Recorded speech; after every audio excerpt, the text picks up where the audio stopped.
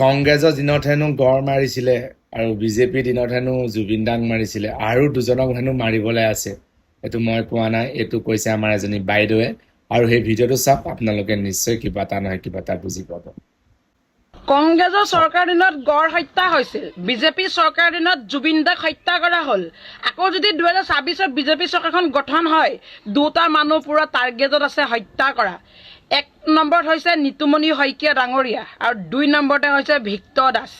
এই দুজন মানুহক পুৰা সম্পূৰ্ণ টাৰ্গেট কৰি থৈছে বিজেপি চৰকাৰৰ এই কুকুৰকেইটাই, পোহনীয়া চামচাগিৰিকেইটাই যে এই দুজন মানুহক হত্যা কৰিব লাগিব বুলি পুৰা ফুল টাৰ্গেট হৈছে সেই দুজন ব্যক্তিৰ ওপৰত।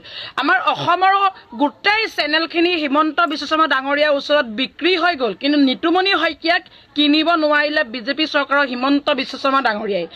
যি কয় সত্য কথা কয়, তেওঁ ভয় নকৰে, ভিক্টৰ দাসে ভয় নকৰে।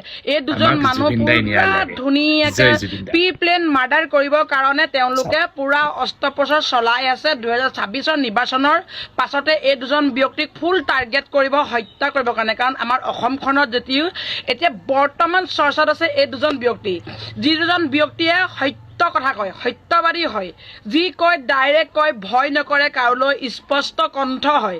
স্পষ্ট কণ্ঠদানৰ ব্যক্তি দুজনক 2026 ইলেকশ্যনৰ পাছতে হত্যা কৰা হ'ব এই বিজেপি চৰকাৰৰ এই চামচেগেৰী কুকুৰখিনি। এতিয়া কাৰ কি ক'ব লগা আছে কমেণ্ট ছেকশ্যনত কৈ থৈ যাওক। আপুনি কি ভাবিছে? জয় জুবিন দা। আমাক জুবিন দাই ন্যায় লাগে। জয় জুবিন দা।